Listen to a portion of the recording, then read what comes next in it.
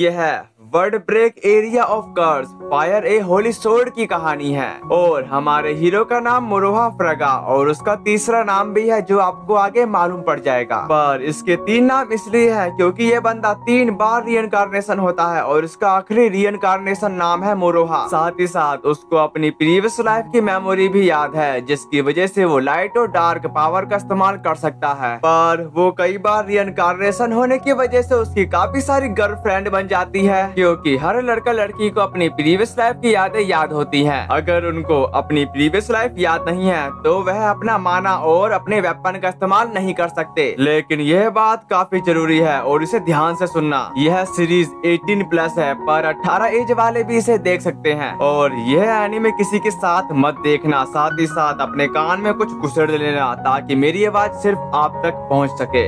इस कहानी की शुरुआत में हम एक ड्रैगन को देखते हैं जिसका सामना करने के लिए हमारा प्रोटैगोनिस्ट खड़ा था और उस ड्रैगन को देखकर कहा मुझे यह है। फिर उसने अपने दोस्तों को याद किया जहां पर उसके दोस्त काफी बुरी तरीके से मारे गए। ये सब याद करने के बाद प्रोटैगोनिस्ट कहता जो लोग मुझसे छीन लेते हैं मैं उन्हें कभी माफ नहीं करता। इसी के साथ उसने ड्रैगन पर हमला कर दिया पर वो ड्रैगन भी उसके अटैक को ब्लॉक करते हुए काउंटर हमला कर देता है। इसी के साथ वो एक स्पेल बोलने लगा dance dance dance thunder gold spare thunder clap 1000 volt and call. कुछ भी हमेशा के लिए नहीं रहता, एक पल एक चमक आनंद में लिप्त हो जाओ, पलक झपकते ही सब कुछ त्याग दो। साथ ही साथ वो ड्रैगन लगातार उसके इस अटैक को तैयार होने से रोक रहा था लेकिन उसके साथ ही ड्रैगन को ऐसा नहीं करने देते। उस ड्रैगन पर लगातार अटैक कर करके उसका ध्यान अपनी ओर खींचने लगते हैं पर ड्रैगन उसके अटैक से बचते हुए कई सारे अटैक प्रोटैगोनिस्ट पर कर देता है जो देखकर मैजिशियन ने अपनी पावर को उस लड़की की सोर्ड में डाल दी। फिर वो लड़की आगे बढ़ते हुए अपनी सोर्ड से उस ड्रैगन पर हमला कर देती है और वो ड्रैगन फ्रीज होकर नीचे गिरने लगा लेकिन वो उससे आजाद होते हुए प्रोटैगोनिस्ट के पास आकर उड़ने लगा। यहाँ तक कि वो उस पर हमला भी कर देता है जबकि प्रोटैगोनिस्ट का अटैक भी तैयार हो चुका था इसलिए दोनों के अटैक आपस में टकरा चुके। उस अटैक से काफी बड़ी तबाही क्रिएट हो जाती है। तभी एक लड़की ने कहा मोरोहा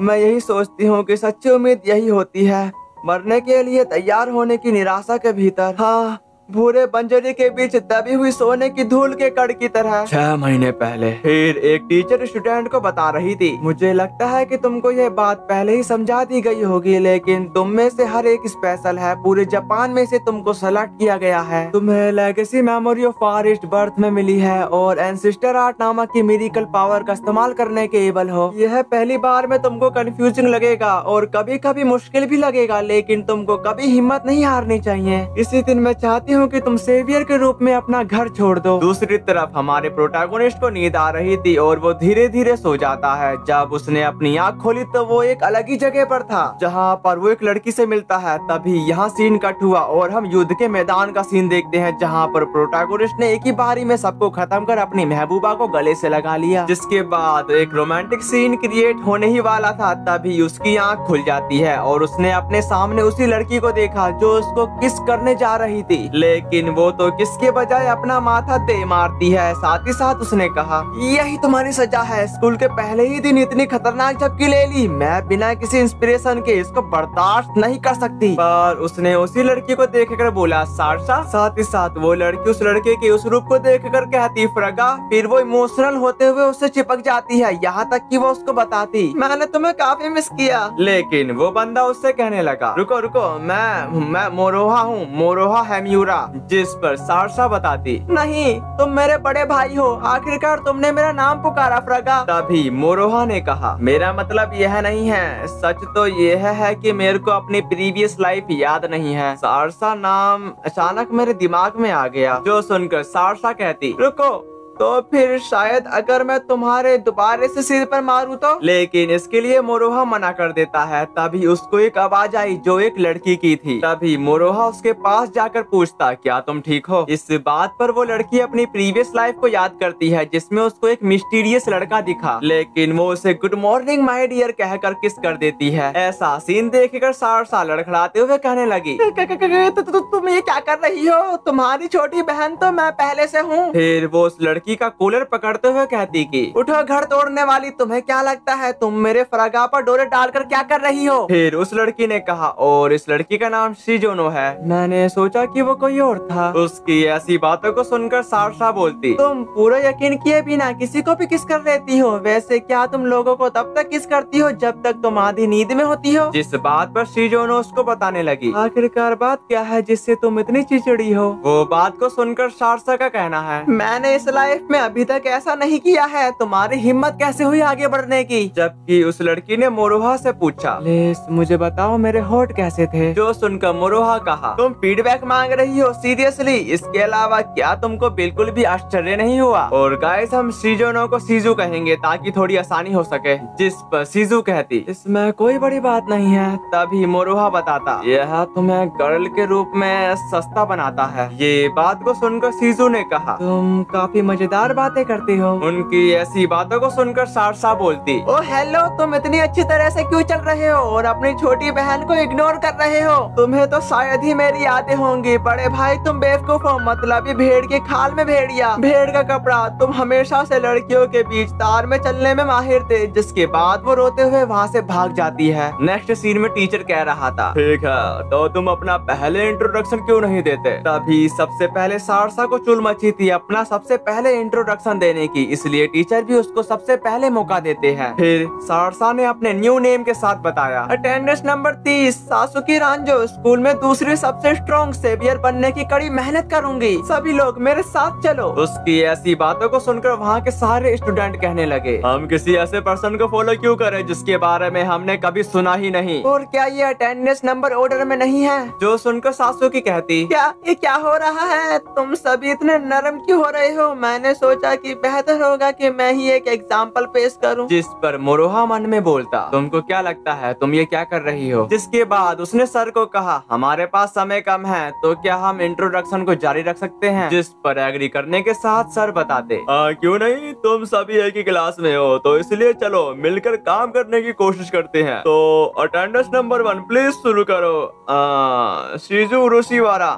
हाँ क्या कुछ गड़बड़ है? लेकिन सीजू तो सो रही थी। अगले सीन में हम उन लोगों को कपड़े बदलता देख पाते हैं। साथ ही साथ सासुकी कहती कि उन्हें क्या परेशानी है, ठीक है मैं उन्हें दिखा दूंगी कि किसके पास असली हुनर है, और फिर बड़ा भाई मेरी तारीफ करेगा। सही है, क्योंकि इस बार यह वर्जित लव नहीं है। नेक्स्ट सीन में सासुकी मोरोहा के कुछ ज्यादा ही करीब थी, जो देखकर मोरोहा ने कहा, मैंने सोचा कि मैं पार्ट टाइम जॉब की तलाश कर सकता हूँ। ये बात को सुनकर सासुकी कहती कि यह स्कूल इसकी परमिशन नहीं देता। दूसरी तरफ सीजू बोलती कि यह मार्शल आर्ट स्टेडियम के अंदर का एक और स्टेडियम है, भले ही तुम यहाँ बुरी तरीके से घायल हो जाओ, बस तुम बाहर जाओ और तुम नॉर्मल हो जाओगे। फिर हम स्टेडियम का सीन देखते हैं जहाँ पर सर उनको बता रहे थे, सेवियर 2 प्रकार के होते हैं, शिरोगाने जो लाइट आर्ट का इस्तेमाल करते हैं और कुरोमा जो डार्क आर्ट का इस्तेमाल करते हैं। आज मैं तुमको लाइट आर्ट का इस्तेमाल करना सिखाऊंगा। जिसके बाद सर लाइट आर्ट को एक बार परफॉर्म करके दिखाते हैं, जिससे उनके आसपास एक ओरा क्रिएट होने लगा। जबकि वो बोलते, लाइट और एनर्जी का पावर सोर्स, क्या तुम्हारे पास प्रीवियस लाइफ की यादें हैं? अगर हाँ तो तुम अपनी स्किन के माध्यम से अपनी एनर्जी को महसूस करो, जिस तरह से तुम दुनिया के प्राणों को बाहर निकालते हो जिसमें तुम रहते हो। इसी के साथ वहाँ के सारे स्टूडेंट अपने पावर सोर्स को बाहर निकालने की कोशिश करते हैं, पर उनसे नहीं होता। लेकिन सासुकी अपने पावर सोर्स को बाहर निकालने में कामयाब रही। साथ ही साथ वो एक लड़की को अपने हाथ से उठा लेती है। फिर सासुकी उनको बताती, अगर तुम भी अपने आर्म्स को प्राणा से भर लेते हो तो तुम भी ऐसा कर सकते हो। दूसरी तरफ मोरोहा भी अपने पावर सोर्स को बाहर निकालता है। उसी वक्त सासुकी उसके पास आकर कहती,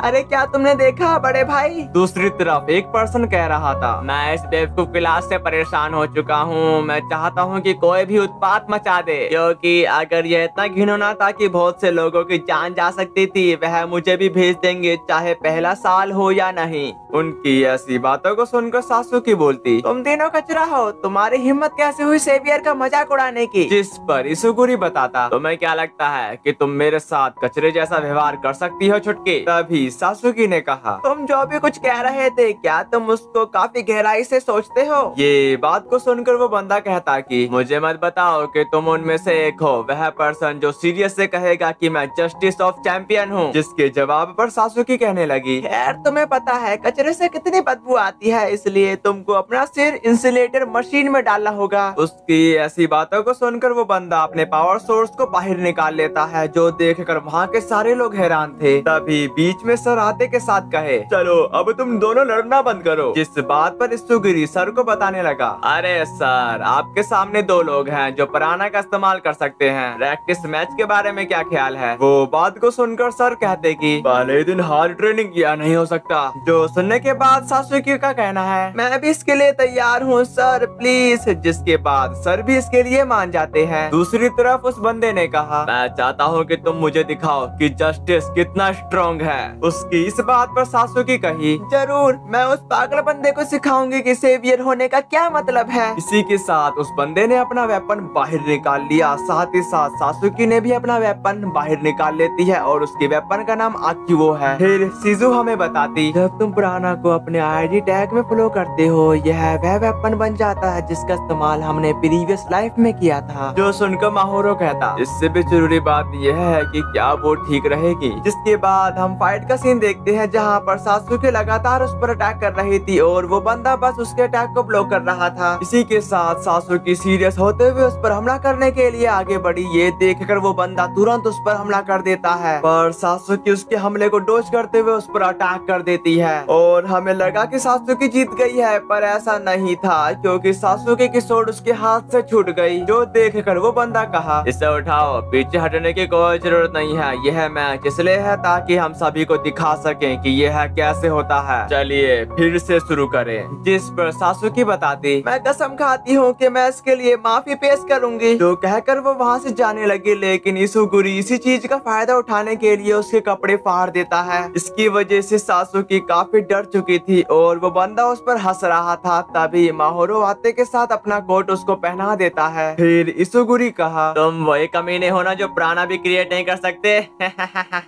दोनों के दोनों काफी बेकार हो। तभी सर वहाँ पर आते के साथ इत्सुगुरी से कहने लगे, बस इतना ही काफी है, मैंने मैच की परमिशन दी, लेकिन तुम्हारे द्वारा कमजोर लोगों को परेशान करने से मैं खुश नहीं हूँ। ये बात को सुनकर इत्सुगुरी कहता कि ओके, मुझे माफ कर दो। सासुकी, सुना, लगता है तुम कमजोर हो। उसकी ऐसी बातों को सुनकर सासुकी वहाँ से रोते हुए भाग जाती है। साथ ही साथ मोरोहा उसे गुस्से की नजर से देखते हुए उसके पीछे जाने लगा। अगले सीन में मोरोहा रेस्टोरेंट में सासुकी को हौसला देते हुए कह रहा था, मैं नहीं जानता कि सेवियर होने का क्या मतलब है, लेकिन क्या तुम्हारा दिल सही जगह पर नहीं है? क्या कमजोर या स्ट्रॉन्ग होने से ज्यादा कुछ जरूरी है? उसकी ऐसी बातों को सुनकर सासुकी कहते कि तुम्हें पता है क्या, जिस शहर में मैं रहती थी उस पर मेटाफिजिकल द्वारा बार बार हमला किया गया था, इसलिए मुझे कई बार जगह बदलनी पड़ी। इसी कारण से मेरे कई दोस्त नहीं बन पाए, लेकिन मैं बिल्कुल भी अकेली नहीं थी, क्योंकि मेरे पास शारसा की यादें थी और मुझे हर रात सपनों में फ्रागा दिखाई देने लगा। ट्रेनिंग से पता चला कि मैं एक सेवियर थी और मुझे बताया गया कि मैं अकेली नहीं हूँ जिसकी फॉर्मर लाइफ है, और मुझे यह भी पता चला कि वहाँ एक स्कूल है जहाँ पर सेवियर आते हैं। मैंने सोचा शायद, बस शायद, मैं अपने बड़े भाई को देख पाऊँ। सच तो यह है कि मैं जस्टिस और विश्व को बचाना इसी बातें हैं। मैं तुम्हारे सामने दिखावा करना चाहती थी और चाहती थी कि तुम मेरी तारीफ करो, यही मेरी एकमात्र इच्छा है। मैं कौन होती हूँ इत्सुगुरी के क्रिटिसिज्म करने वाली? जब मैंने उसे देखा तो ऐसा लगा जैसे मैं अपनी कमियों को देख रही हूँ। मैं इसे बर्दाश्त नहीं कर सकी, इसलिए मैंने लड़ाई की और मैं हार गई।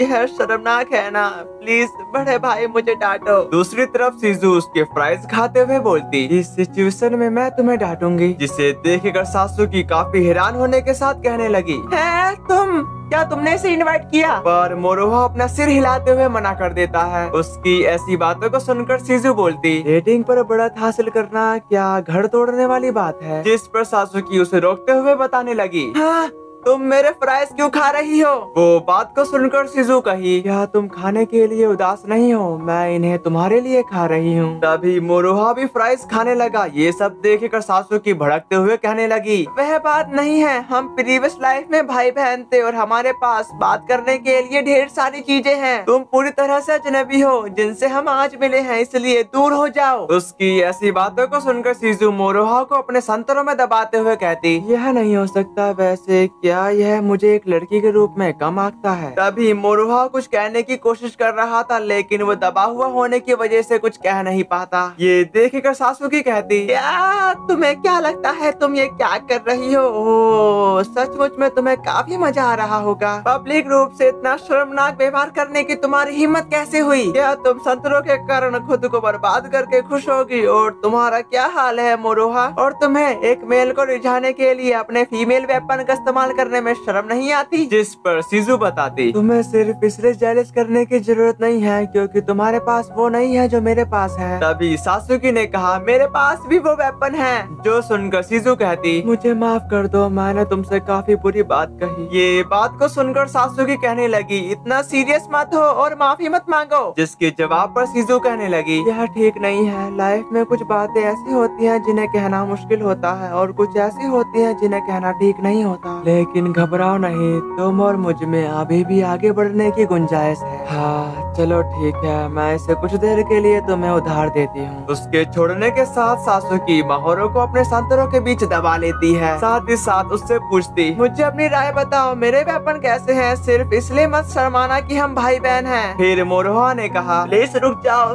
ये काफी दर्दनाक है। उसकी ऐसी बातों को सुनकर सासुकी रोते हुए वहाँ से भाग जाती है। इसके बाद यहाँ सीन कट होकर स्टेडियम की तरफ आ जाता है, जहाँ पर इसुगुरी मोरोहा से कह रहा था, तुमने मुझे सभी जगहों में से यहाँ क्यों बुलाया? जो सुनकर मोरोहा कहता, सासुकी से माफी मांगो। तभी इसुगुरी ने कहा, हाँ मैं देखता हूँ, तुम जो चाहे उसका इस्तेमाल कर सकते हो। यह आइडिया क्या शुरू से नहीं था? इसके बाद मोरोहा अपने लिए एक वेपन सिलेक्ट करने लगता है। फिर इसुगुरी ने कहा, जरूर मैं माफी मांगूंगा, लेकिन तब जब तुम मेरे पर कम से कम एक अटैक कर पाओ। इसी के साथ उसने मोरोहा पर अटैक कर दिया। दूसरी तरफ सासुकी नहाते हुए कह रही थी, उस शिजू कमीनी के साथ क्या गड़बड़ है? लेकिन मोरोहा सच में दयालु था, मेरी प्रीवियस लाइफ की तरह। तभी शिजू उसके कमरे में आते के साथ कहती, सासुकी मुसीबत है, यह मोरोहा है। जो सुनकर सासुकी समझ जाती है, इसलिए वो तुरंत स्टेडियम की ओर रवाना होने लगी। दूसरी तरफ मोरोहा मार खा रहा था। उसी वक्त इसुगुरी कहने लगा, तो मैं इतने दूर उड़ने की जरूरत नहीं थी। इसी के साथ उसके साथ ही उसका किस्सा वही खत्म करने के लिए कह रहे थे, जबकि इसुगुरी अपनी स्किल का यूज करने के साथ उस पर हमला कर देता है और उस अटैक को मोरोहा ब्लॉक नहीं कर पाया। यहाँ तक कि वो दोनों वहाँ पहुँच जाते हैं, जिनको देखकर इसुगुरी बताता, बहुत बढ़िया,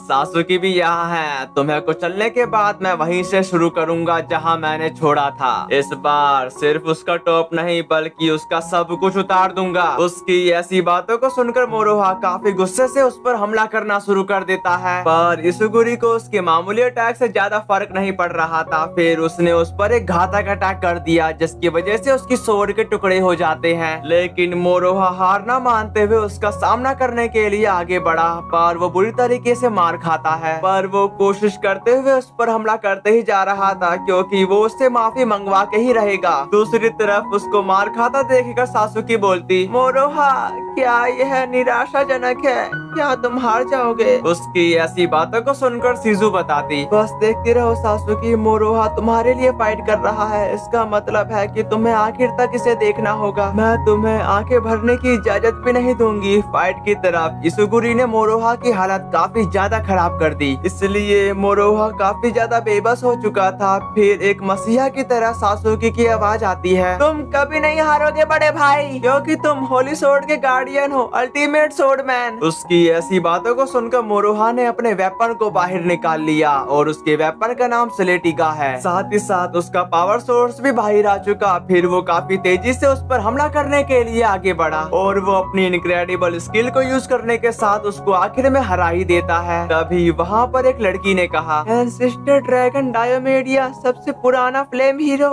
जब मैंने मारी से यह शब्द सुना तो मुझे लगा मेरा दिल रहस्यमय ढंग से तेजी से धड़क रहा है।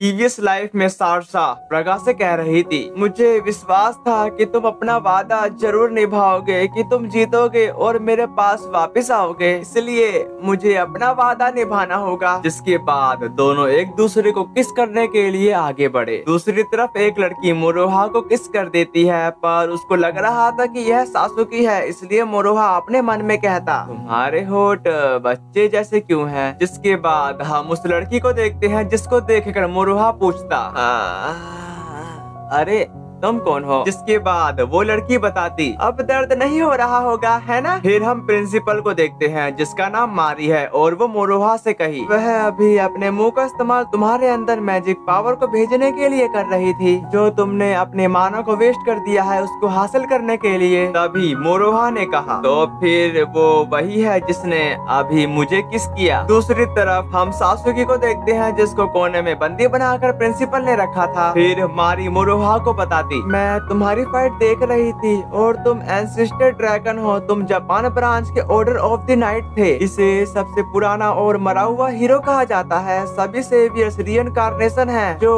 प्रीवियस लाइफ जी चुके हैं, इसलिए यह पॉसिबल है कि ऐसे सेवियर्स हो जिनका रीइंकार्नेशन हुआ है। ये बात को सुनकर मोरोहा कहता कि एक मिनट रुको, मुझे अभी अभी अपनी प्रीवियस लाइफ याद आई, अब शायद मुझे दूसरा भी चाहिए। जिसके जवाब पर मारी कहने लगी, तुमने लास्ट अटैक के लिए जब तुम अपनी सोर्ड को घुमा रहे थे तो तुम लेवल 3 के डार्क आर्ट का इस्तेमाल कर रहे थे। खैर तुमको कोई फिजिकल इंजरी नहीं हुई, अच्छा हुआ कि तुम्हारा मैच डुअल अरीना में था और अपने हॉस्टल में वापस जाओ ताकि तुम आराम कर सको। साथ ही साथ वो लड़की कहती, मैं तुम्हारे फ्यूचर में लड़कियों के साथ परेशानी देख रही हूँ, इसलिए मैं चाहती हूँ कि तुम सावधान रहो। जिसके बाद वो दोनों वहाँ से चले जाते हैं। उनके जाने के बाद सासुकी फ्री होते हुए मोरोहा से चिपकते हुए कही, शुक्र है कि तुमको सब कुछ याद आ गया।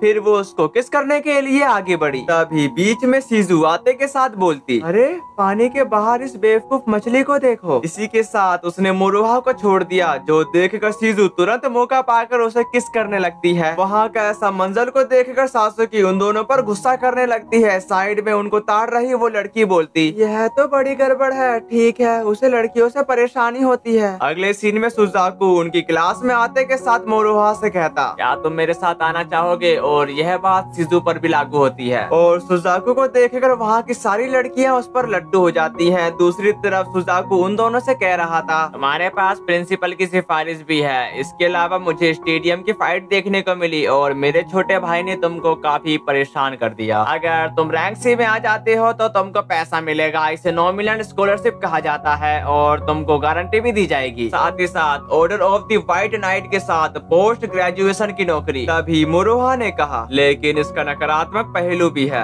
ये बात को सुनकर सुजाकू कहता कि आहा, तुम ना केवल स्ट्रांग बल्कि चालाक भी हो। एक बार जब तुम रैंक सी में पहुंच जाओगे तो तुम मेरे स्ट्राइक्स में शामिल हो सकते हो। स्ट्राइक्स यह एक एंटी मेटाफिजिकल का नाम है। हम महीने में 1 या 2 बार तैनात रहते हैं, लेकिन कभी कभी लोग मारे भी जाते हैं। तुम अपने जवाब को देने के लिए टाइम ले सकते हो। उसकी ऐसी बातों को सुनकर मोरोहा बोलता, वैसे इस स्कॉलरशिप में कितना पैसा मिलेगा? जिसके बाद वो उसके कान में कुछ कहता है और उसने कान में क्या कहा वो हमको बताया नहीं जाता। साथ ही साथ इसके लिए मोरोहा तुरंत मान जाता है। तभी वहाँ पर सासुकी आते के साथ कहती, मैं भी ज्वाइन होना चाहती हूँ, पर सुजाकू साफ साफ तरीके से उसको मना कर देता है। फिर हम सी क्लास का सीन देखते हैं जहाँ पर वो उनको वेलकम कर रहे थे। दूसरी तरफ सुजाकू जोर से बोलते हुए कहा, हम सोर्ड ऑफ सैल्वेशन हैं, हम अपने लोगों की पावर और अपने जस्टिस के लिए हड़ताल कर रहे हैं। जिस बात पर वो सारे चिल्लाते हुए एग्री कर गए, जो देखकर मोरोहा कहता, क्या मुझे भी चिल्लाना पड़ेगा? उसकी इस बात पर सुजाकू एग्री था। जिसके बाद उनकी प्रैक्टिस शुरू हो जाती है और सीजू मोरोहा को बताती, इस रोगी की जनरेशन को गोल्डन जनरेशन के नाम से जाना जाता है। उन्होंने काफी सारे मेटाफिजिकल को डिस्ट्रॉय कर दिया था। अरे यार, मैं तो मेटाफिजिकल और प्राणा को तो बताना भूल ही गया। मेटाफिजिकल को आप इस तरह समझ सकते हैं कि वो एक डीमन या मोस्टर टाइप का है और प्राणा को माना कह लो या कोई एनर्जी सोर्स। सीजू की बात को सुनकर मोरोहा ने कहा, दूसरे शब्दों में कहे वह अडल्ट से ज्यादा स्ट्रॉन्ग है व्हाइट नाइट के ऑर्डर में। साथ ही साथ मोरोहा की प्रैक्टिस शुरू हो चुकी, जहाँ पर वो काफी बुरी तरीके से मार खा रहा था। फिर हम अगले सीन में सीजू को देखते हैं जो सो रही थी। तभी उसके फोन पर सासुकी का कॉल आता है। कॉल पर सासुकी उससे कह रही थी, हेलो, क्यों ना हम दिन भर बाहर घूमने चले? इस बात पर सीजू कहने लगी, मुझे माफ करना लेकिन मैं पहले से ही किसी और में इंटरेस्टेड रखती। अगले सीन में सीजू सासुकी से कह रही थी, यहाँ का मौसम काफी खराब है और तुमने मेरे को यहाँ आने को क्यों कहा? जिस पर सासुकी बताती, क्या तुमने नहीं कहा था कि तुम छुट्टियों के दिनों में घूमना पसंद करोगी? खैर, मुझे लगता है कि मैं मोरोहा को कुछ गिफ्ट देना चाहती हूँ रैंक सी पर उसके प्रमोट होने की वजह से। वो बात को सुनकर सीजू उसको बताने लगी, और इसमें मैं क्यों शामिल हूँ? जिस बात पर सासुकी उससे कहने लगी, क्योंकि मुझे नहीं पता कि उसे क्या पसंद आएगा और इस महीने मेरे पास खर्च करने के लिए पैसे कम हैं। इसके बाद वो काफी सारी दुकानों में जाते हैं और मुरोहा के लिए कुछ पसंद करने का डिसाइड करते हैं, पर मुरोहा के लायक कुछ भी पसंद नहीं आया। तभी सासुकी ने कुछ खाने के लिए खरीद लिया। उसी वक्त वहाँ पर कुछ अजीब होने लगा और मेडुसा स्नेक सामने आ चुका, जिसे हम मेटाफिजिकल भी कह सकते हैं, और वो आते के साथ एक बच्चे पर हमला कर देता है। दूसरी तरफ सासुकी उसको देखकर हिल भी नहीं पा रही थी। साथ ही साथ वो कहती, लेकिन अगर मैं अभी भाग जाऊँ तो मैं उसकी बहन बनने के लायक नहीं रहूंगी। इसी के साथ सासुकी अपने वेपन को बाहर निकालने के साथ उस बच्चे को बचाने के लिए आगे बढ़ते हुए कहती, शुक्र मनाओ तुम्हें मुझसे लड़ने का मौका मिला है सीजू, उस बच्चे का ध्यान रखना। ये कहते ही उसने मेडुसा स्नेक पर हमला कर दिया, पर उसके अटैक का ज्यादा असर नहीं हुआ। इसलिए सीजू एक स्पेल को कास्ट करने लगती है, आइस का डार्कनेस, आइस की सोल, मुझे अपनी सांस उधार दो, अपनी ठंड को मौत से भी ज्यादा शांत होने दो। अपने स्पेल को पूरा करने के साथ उसने उस पर हमला कर दिया। फिर वो कहती, मैंने मुरोहा और स्कूल से कांटेक्ट किया, सभी शॉपकीपर्स बाहर निकल रहे हैं। जिस पर सासुकी बताती, तो फिर तुम भी जल्दी निकल जाओ। तभी सीजू ने कहा, तुम भूल जाती हो कि तुम किससे बात कर रही हो। मुझे नेदरवर्ल्ड सोर्सरर्स की मैजिशियन के रूप में सम्मान दिया जाता था, मैं तुमको सपोर्ट करूंगी। नेक्स्ट सीन में वो दोनों मिलकर उसे निपटाने की कोशिश कर रहे थे और उन दोनों को लगने भी लगा था कि हम इसको मार देंगे। तभी वहाँ पर मेडुसा की और भी स्नेक आ चुके। इतने सारे स्नेक को देखकर उन दोनों की हवा ही टाइट हो जाती है। साथ ही पीछे से एक मेडुसा स्नेक ने सासुकी पर हमला कर दिया, पर वो अपने आप को कैसे न कैसे करके डिफेंड कर लेती है। पर मेडुसा स्नेक ने दोबारा से उन पर हमला कर दिया, जिसे देखकर सीजू बचाने के लिए बीच में आ जाती है। साथ ही साथ उस अटैक का असर सीजू पर हो रहा था, इसलिए वो बताती, अपने प्राणा को बढ़ाओ और पत्थर बनने के मैजिक पावर को डिफेंड करो। साथ ही साथ सीजू का शरीर धीरे धीरे पत्थर का बन रहा था। अगले सीन में मोरोहा भागते हुए उसके पास आकर पूछता, प्लीज मुझे बताओ सिचुएशन कैसी है। जिस पर सुजाकू बताता, सबसे बुरी सिचुएशन हो चुकी है। यह डेड नॉट क्लास का मेटाफिजिकल जितना ही पावरफुल है जो पहले टोक्यो में दिखाई दिया था, उससे भी ज्यादा। हमने कभी पहले 9 सिर वाला मेटाफिजिकल नहीं देखा। जिस पर मुरोहा बताता, तो हमें मदद के लिए जाना होगा, सासुकी और सीजू वहीं पर है। तभी सुजाकू ने कहा, मैं रेस्क्यू टीम नहीं भेज सकता, एक ऑर्डिनरी मेटाफिजिकल के लिए कोई भी मुकाबला नहीं करेगा, लेकिन उस चीज को हराने के लिए हमें 100 लोगों के सपोर्ट की आवश्यकता होगी, प्लीज मुझे माफ कर दो। उसकी ऐसी बातों को सुनकर मोरोहा बोलता, लिसन, इस दुनिया में ऐसी लाइफ नहीं है जिसे खोना ठीक है। अगर हम 2 लड़कियों को भी नहीं बचा सकते तो सेलिब्रेशन की स्वॉर्ड क्यों बने। अगले सीन में मेडुसा स्नेक सासुकी को अपनी जीभ से लपेट लेता है और उसको खाने के लिए आगे बढ़ा। तभी मोरोहा स्लैटिका को बाहर निकालने के साथ उस स्नेक के 2 टुकड़े कर देता है, जिसके बाद मोरोहा बाकी मेडुसा स्नेक का सामना करने लगा। तभी एक स्नेक पीछे से उस पर अटैक कर देता है, जो देखकर मोरोहा उससे बचते हुए अपने स्वॉर्ड से उसको काट देता है। साथ ही साथ उनके दरमियान काफी बुरी तरीके से फाइट शुरू हो चुकी। दूसरी तरफ सीजू को भी होश आ चुका और वो मोरोहा को बताती, तुम हारोगे नहीं, तुम्हारे पास एक स्पेशल स्किल है। उसकी ऐसी बातों को सुनकर मोरोहा को विजन आने लगते हैं, जहाँ पर उसने एक स्पेशल स्किल का इस्तेमाल किया, जिसके बाद मोरोहा वो ही अपनी इनक्रेडिबल स्किल का इस्तेमाल करने लगता है, पर उसको पूरा करने में काफी ज्यादा टाइम लग रहा था। इसलिए मेडुसा स्नेक भी उस पर हमला कर देता है, लेकिन मोरोहा अपने स्पेल को क्रिएट करने के साथ उनके अटैक को भी डोज कर रहा था। इतनी कोशिश करने के बाद मोरोहा लेवल 5 का एक स्पेल कास्ट कर देता है, जिसके बाद वो उस स्पेल को अपनी स्वॉर्ड में डालते हुए इन यांग कुरिकार से उस पर हमला कर देता है और मेडुसा स्नेक उस इनक्रेडिबल अटैक से सारे के सारे मारे गए। साथ ही साथ उस नजारे को सुजाकू और प्रिंसिपल भी देख रहे थे। अगले सीन में सुजाकू ने सासुकी को भी सी क्लास में ज्वाइन होने का ऑफर दिया, जिसके लिए सासुकी खुशी खुशी मान जाती है, क्योंकि उसको मोरोहा के साथ रहना था। नेक्स्ट सीन में एक पर्सन सीजू से कह रहा था, मैंने सुना है कि तुम्हारा दोस्त एंशिएंट ड्रैगन है। इसके अलावा ऐसा लगता है कि तुम और वो एक ड्रेडनॉट क्लास के मेटाफिजिकल को हराया। बहुत बढ़िया सीजू, एक रूसी बारा लड़की से मेरी यही उम्मीद थी। जिस पर सीजू बताती, वह और मैं सिर्फ एक दोस्त है, हमारा रिश्ता वैसा नहीं है जैसा तुम सोचते हो। दूसरी तरफ सीजू कुछ गहरी सोच में थी, जो देखकर सासुकी कहती, यह मेटाफिजिकल के बारे में है, तुम्हारे अनुसार प्रिंसिपल ने ऐसा क्यों कहा कि हम तीनों ने मिलकर उसे हराया। अगले सीन में हम एक लड़की लड़के को देखते हैं जो उन्हीं की तरफ काफी मस्ती में आ रहा था। तभी सासुकी ने कहा, सच तो यह है कि बड़े भाई ने इसे खुद ही मार डाला। ये बात को सुनकर मुरुहा कहता कि तुम दोनों ने इसका इतनी अच्छी तरीके से सामना किया कि कोई भी मारा नहीं गया। इसका मतलब यह है कि हम तीनों ने मिलकर उसे हराया। जिसके जवाब पर सासुकी कहने लगी, फिर भी तुमने जो किया वह इनक्रेडिबल था। उसकी ऐसी बातों को सुनकर सीजू बोलती, मैं तो यही कहूँगी कि ऐसा करने के काबिल केवल कुछ ही लोग हैं। फिर हम उस लड़के को देखते हैं जो नाचते हुए कैफे की तरफ बढ़ रहा था और अंदर पहुँचने के साथ वो उनकी पास वाली कुर्सी पर ही बैठ जाता है। तभी वहाँ के सर्वेंट ने कहा, क्या आप बता सकते हैं कि आप क्या ऑर्डर करना चाहोगे? वो बात को सुनकर उस लड़के ने कहा, और उस लड़के का नाम सुजाकू है। इतना अच्छा दिन है, क्या मुझे चाय मिल सकती है? और तुम्हारे पास क्या क्या है? ये बात को सुनकर सासुकी कहती कि क्या मैं आपकी कुछ मदद कर सकती हूँ? जिस पर वो लड़का बताता, शायद मैं मेन्यू नहीं पढ़ सकता। जो सुनकर सासुकी कहती, ओह उस मामले में अरे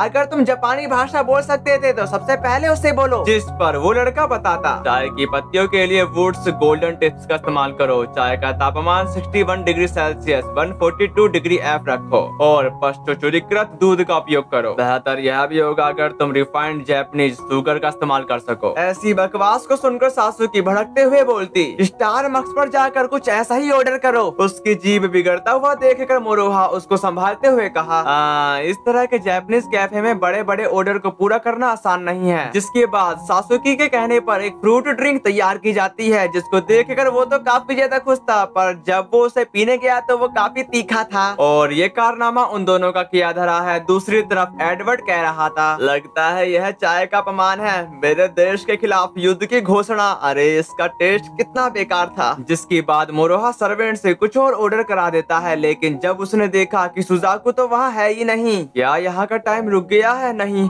ऐसा नहीं हो सकता, बल्कि वो बंदा ही फास्ट है। जिसके बाद वो लड़का उसके करीब आकर धीरे से मुक्का मारते हुए वहीं रुक जाता है, और उस जरा से मुक्के का प्रेशर काफी ज्यादा था। जबकि वो उससे पूछता, क्या तुम हिलने में नाकाम थे या तुम हिले ही नहीं? तभी मुरुहा ने कहा, अगर तुम मुझे मारना ही चाहते तो मुझे यकीन है कि मैं अब तक मर चुका होता। उसकी ऐसी बातों को सुनकर एडवर्ड कहता कि फिर मैं निराश हो गया।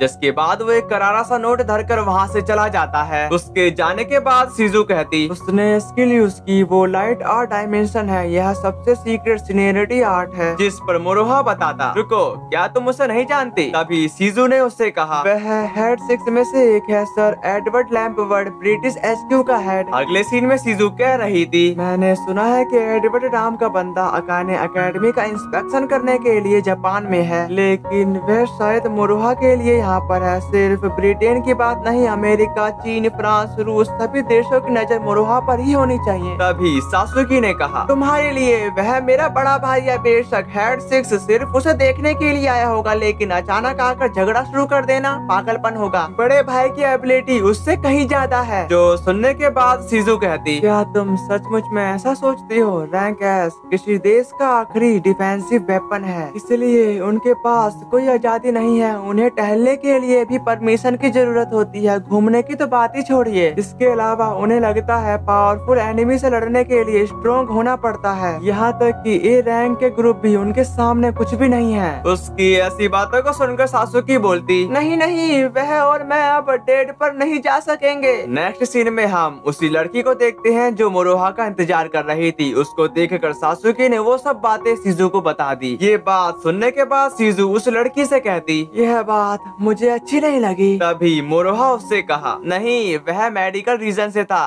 वैसे तुम कौन हो? ये बात को सुनकर वो लड़की कहती, मैं माया शिमोन हूँ, मैं चाहती हूँ कि तुम मुझे माया कहो। जिस बात पर मुरुहा उसको बताने लगा, हाँ तुमसे मिलकर अच्छा लगा, लेकिन सीजू उसे कोनी मारते हुए चुप करा देती है। साथ ही साथ सासुकी पूछती, तुम इस स्कूल की स्टूडेंट तो नहीं लगती? तो फिर उसी वक्त माया बोलती, मैं बाकी लोगों की तुलना में काफी पहले ही एक सेवियर के रूप में जाग उठी, इसलिए मैं एलिमेंट्री स्कूल नहीं जा सकती। फिर यहाँ सीन कट होकर बैटल अरीना की तरफ आ चला जाता है जहाँ पर सर उनसे कह रहे थे, यह फर्स्ट ईयर और सेकंड ईयर का जॉइंट लेसन है। क्या मैं सेकंड ईयर के किसी स्टूडेंट को एग्जाम्पल के रूप में लीडरशिप प्रोवाइड कर सकता हूँ? तभी एक लड़का जिसका नाम तामा है वो खड़ा होते हुए अपनी तारीफों के पुल बांधने लगता है। तभी वो मोरोहा को बताता, वह मुझे इग्नोर कर रहा है। क्या तुम्हें सभी यहाँ पर सुपर रॉकी कहते हैं ना? लेकिन मैं तुम्हें लाल गर्म अंगारों पर रोंदने वाला हूँ। जिसके बाद दोनों फाइट के लिए एकदम तैयार हो जाते हैं। दूसरी तरफ एडवर्ड तो गेम में लगा हुआ था, जो देखकर एक बंदा कहता, सर यह हमारे स्कूल का एंशिएंट ड्रैगन है। जिस पर एडवर्ड कहता, खैर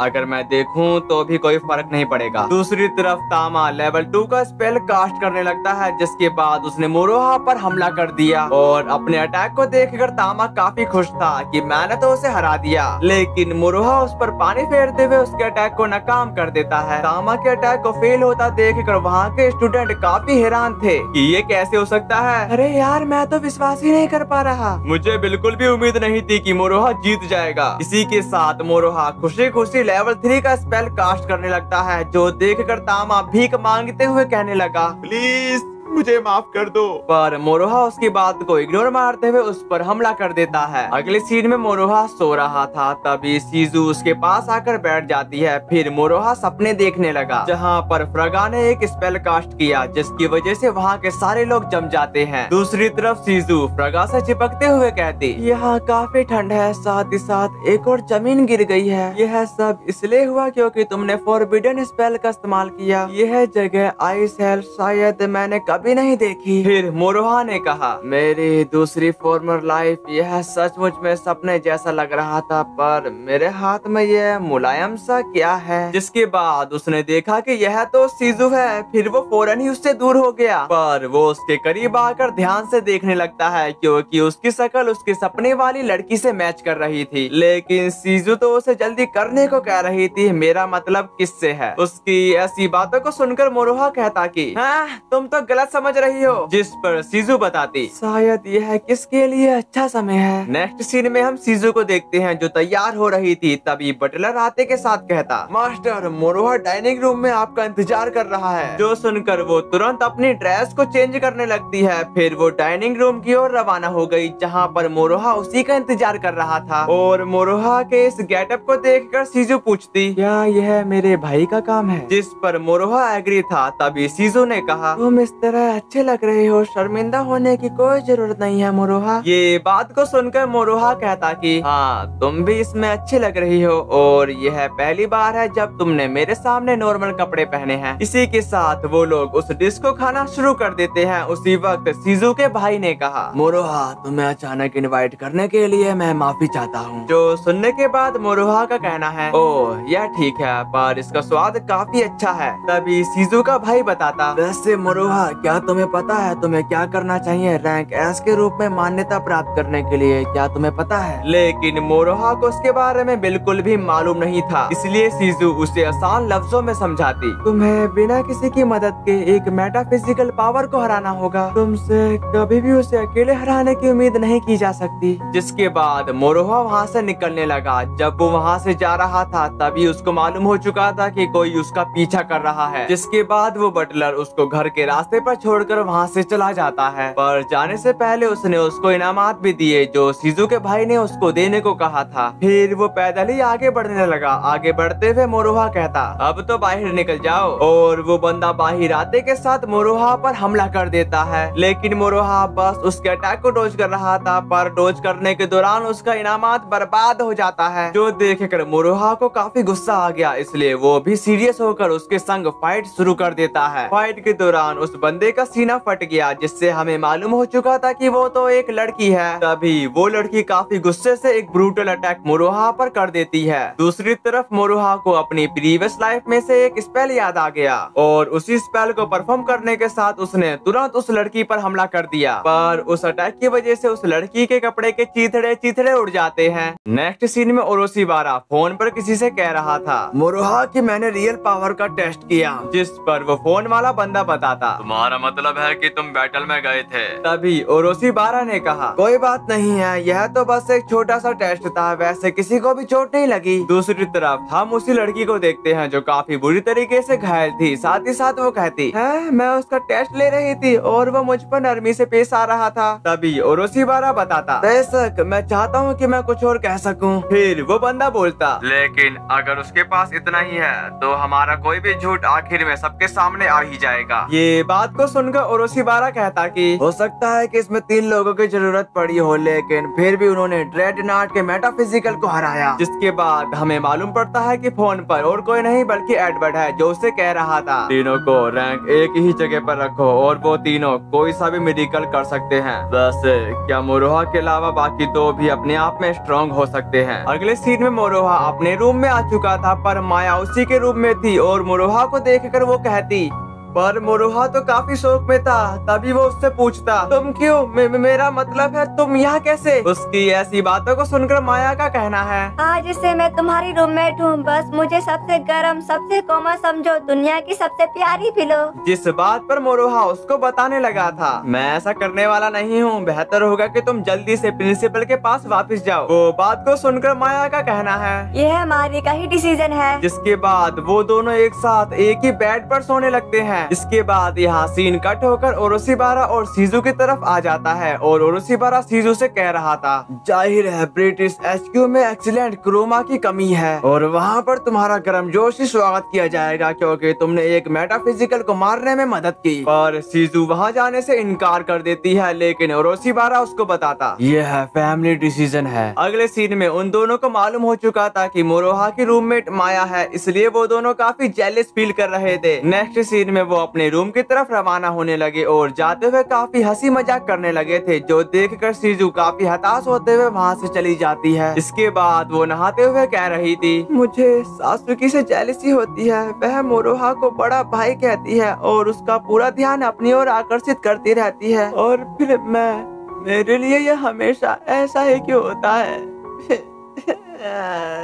इसी के साथ यहाँ सीन कट होकर स्कूल की तरफ आता है, जहाँ पर सासुकी मोरोहा से कह रही थी, मैंने सीधे प्रिंसिपल से बात की, मैंने उससे कहा कि मुझे अपनी सगी बहन को अपनी रूममेट बना लो। तभी मोरोहा पूछा और उसने क्या कहा, जिस पर सासुकी बताती, नहीं कहा, सुनो बड़े भाई, मैं इसे अपनी इच्छा से बर्दाश्त करूंगी, लेकिन कोई छोटी बहन नहीं, मैं तुम्हारी एकमात्र छोटी बहन हूँ जिसे मैं हमेशा एक्सेप्ट करूंगी। इसके बाद माया उनके पास आते के साथ कह रही थी, कुछ गड़बड़ है। दूसरी तरफ ओरोशिबारा उससे कह रहा था, मुझे सचमुच में खुशी है कि तुमने अब्रॉड में स्टडी करने का फैसला कर लिया सीजू। सर एडवर्ड, मेरी छोटी बहन आपके पर्सनल इनविटेशन को नकार नहीं सकती। उसी वक्त वहाँ पर बटलर आते के साथ ओरोशिबारा को बताता, मास्टर प्रिंसिपल सियोन ने यंग लेडी को बुलाया है। तभी ओरोशिबारा ने कहा, वह सीधे सीजू से बात करना चाहती है। अरे यार, परेशानी के बिना कुछ भी नहीं है वो, सीजू जल्दी करो। फिर वो बात करने के लिए फोन बूथ पर चली जाती है, जहाँ पर मोरोहा कह रहा था, ये मैं हूँ। इससे हमें पता चलता है कि बटलर काफी अच्छा इंसान है और वो सीजू के भलाई के बारे में सोचता है, जबकि मोरोहा कह रहा था, हे क्या तुम ठीक हो? जिस पर सीजू हामी भरती है, पर उसके झूठ को पकड़ते हुए मोरोहा कहने लगा, झूठी, अगर तुमने मुझे सच नहीं बताया तो मैं तुम्हारे घर के अंदर घुस जाऊंगा। जिसके बाद उसने मोरोहा को सब कुछ बताना शुरू कर दिया। यह तय हो चुका है कि मैं अब्रॉड में स्टडी करने के लिए जा रही हूँ। उसकी ऐसी बातों को सुनकर मोरोहा बोलता, यह तो काफी अचानक हो गया, पर अगर तुम अब्रॉड जाना चाहती हो तो मैं इसके लिए तैयार हूँ। ये बात को सुनकर सीजू अपनी मेमोरी को याद करने लगती है, जहाँ पर उसके साथ काफी बेरहमी की तरह व्यवहार किया जा रहा था। जिसके बाद वो इमोशनल होकर उसको बताती, मैं ओरोशिबारा नाम से बंधी हुई हूँ। दूसरी तरफ मोरोहा को काफी गुस्सा आ रहा था, पर वो शांत होते हुए सीजू को बताता, इस दुनिया में कोई भी जंजीर किसी को किसी दूसरे से बांधने नहीं देगी। ये बात को सुनकर सीजू कहती कि तुम्हारी याददाश्त के बिना भी तुम अभी भी वही बात कर रहे हो सुसोरा। इसका मतलब मोरोहा ने 2 लाइफ जिया है और यह इसकी तीसरी लाइफ है। आसान लफ्जों में फ्रगा एक नाइट था और सुसोरा एक ईवल था, पर वो एक नेक इंसान था। साथ ही साथ वो लाइट और डार्क दोनों पावर का इस्तेमाल कर सकता है। तभी सीजू उससे कह रही थी, चिंता मत करो, मैं ठीक हो जाऊंगी। ये कहते ही वो अपना कॉल कट कर देती है, पर मुरुहा के ये सब बर्दाश्त के बाहर था, इसलिए वो खुद उसकी खिड़की तोड़ते हुए उसके घर में घुस जाता है। जिसके बाद वो कूल अंदाज में कहा, माफ करना बीच में घुसने के लिए, वैसे मैंने नहीं कहा था कि अगर तुम झूठ बोलोगी तो मैं तुम्हारे घर में घुस जाऊंगा। फिर वो भड़कते हुए कहा, मुझे लगता है मैं गुस्से से उबल गया हूँ, पर मैं तुमसे माफी नहीं मांगूंगा। दूसरी तरफ एडवर्ड बताता, तो तुमको यहाँ क्यों आना पड़ा? उसके इस जवाब में मुरुहा कहता, तुम्हें क्या लगता है तुम ये कहने के काबिल हो? पर मेरे को नहीं लगता। ये बात को सुनकर एडवर्ड नाराज हो चुका, पर मुरुहा बताता, मैंने उस मेटाफिजिकल को खुद ही मारा था। ये बात को सुनकर ओरोशिमारा कहता कि क्या ये दावा करने के लिए थोड़ी देर नहीं हो गई है कि तुम रैंक एस पर हो? जिसके जवाब पर शिजू कहने लगी, क्या तुमको पता है मुरुहा कि तुम ये क्या कर रहे हो? अगर तुम रैंक एस बन गए तो तुम्हारे पास कोई आजादी नहीं होगी। उसकी ऐसी बातों को सुनकर मुरुहा कहता, हाँ मुझे पता है और मैं इसके लिए तैयार हूँ। तभी शिजू ने कहा, क्यों? तुम मेरे लिए ऐसा मत करो। जिस पर मुरुहा बताता, तुम्हें यह समझ नहीं आया, यह इसलिए है क्योंकि यह सब मैं तुम्हारे लिए कर रहा हूँ। वो बात को सुनकर शिजू का कहना है, मैं इसके लायक नहीं हूँ, तुम पागल हो, मौत ने हमें एक बार अलग कर दिया था, फिर भी हम फिर से मिले। जो सुनकर मुरुहा कहता, क्या मैंने तुमको नहीं बताया था कि मुझे अपनी प्रीवियस लाइफ लगभग याद नहीं है, इसलिए तुम मेरे लिए सब कुछ हो जो तुम अभी हो। मैं नहीं चाहता कि हम अलग हो जाएं। तभी शिजू कही, मैं हमेशा तुम्हारे साथ रहना चाहती हूँ, मैं चाहती हूँ कि हम हमेशा साथ रहें, इस लाइफ में और हर लाइफ में। फिर एक इमोशनल सीन के साथ वो मुरुहा को अपने बाहों में भर लेती है, जैसा हमने प्रीवियस लाइफ में देखा था। जिसके बाद मुरुहा उसे गोद में लेकर वहाँ से कूद जाता है। तभी माया प्रिंसिपल की कार लेकर वहाँ पहुँच जाती है। इसी के साथ वो वहाँ से काफी तेजी से निकलने लगे। रास्ते में उनकी कार पर किसी ने हमला कर दिया, जिसकी वजह से उस कार का कंट्रोल बिगड़ गया, पर मुरुहा अपने स्पेल की वजह से कार को खाई में गिरने से बचा लेता है। इसी के साथ वो लड़की और एडवर्ड वहाँ पर आ चुके, जिनको देखकर वो तुरंत अपने आप को ट्रांसफॉर्म कर लेते हैं। जिसके बाद मुरुहा और एडवर्ड के दरमियान फाइट शुरू हो जाती है। तभी मुरुहा ने अपना एक अटैक एडवर्ड पर कर दिया, लेकिन एडवर्ड उसके अटैक को अपने एक ही हाथ से ब्लॉक कर देता है। साथ ही साथ उसने अपनी सोर्ड को मुरुहा के अंदर घुसा दिया। दूसरी तरफ वो लड़की सासुकी की बैंड बजा चुकी, पर सासुकी हार नहीं मानना चाहती थी, इसलिए वो तुरंत काफी गुस्से में उस पर हमला करने के लिए आगे बढ़ी। एंड वक्त पर शिजू ने अपना फ्रीजिंग शेप से उस पर अटैक कर दिया, लेकिन वो लड़की उस हमले से अपने आप को कैसे न कैसे करके बचा लेती है। अगले सीन में हम माया को देखते हैं, जो काफी तेजी से कहीं जा रही थी। इसके बाद यहाँ सीन कट होकर मुरुहा की तरफ आता है, जहाँ पर उसने ब्लेज ब्लेड से उस पर हमला कर दिया, लेकिन उसके अटैक का कोई भी फर्क एडवर्ड पर दिखाई नहीं दे रहा था। तभी मुरुहा पर उसने हमला कर दिया,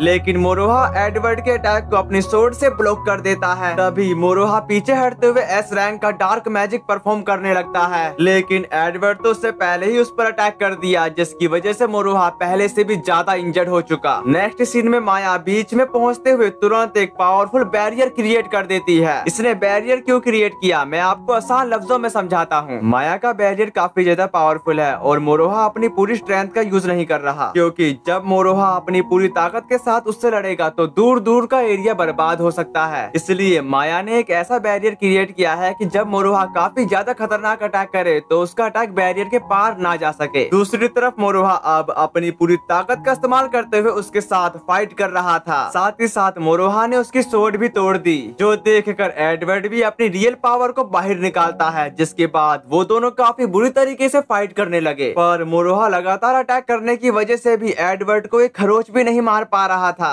इसके बाद मुरुहा ग्रेविटेशन को उल्टा करते हुए एक स्पेल को कास्ट करने लगता है, और वो स्पेल काफी ज्यादा खतरनाक है, जो पूरा होने के साथ उसने उस पर हमला कर दिया। उसके अटैक की वजह से मुरुहा ने पूरी की पूरी जगह जो बैरियर के अंदर थी वो जम चुकी, और इसी के साथ यह जंग खत्म हुई। और इसी के साथ हमारा ये पार्ट 1 खत्म हुआ। अब जल्दी से मेरे चैनल को सब्सक्राइब करके बेल आइकन ऑल पे सेट कर लो, तो फिर मुलाकात होगी पार्ट 2 में।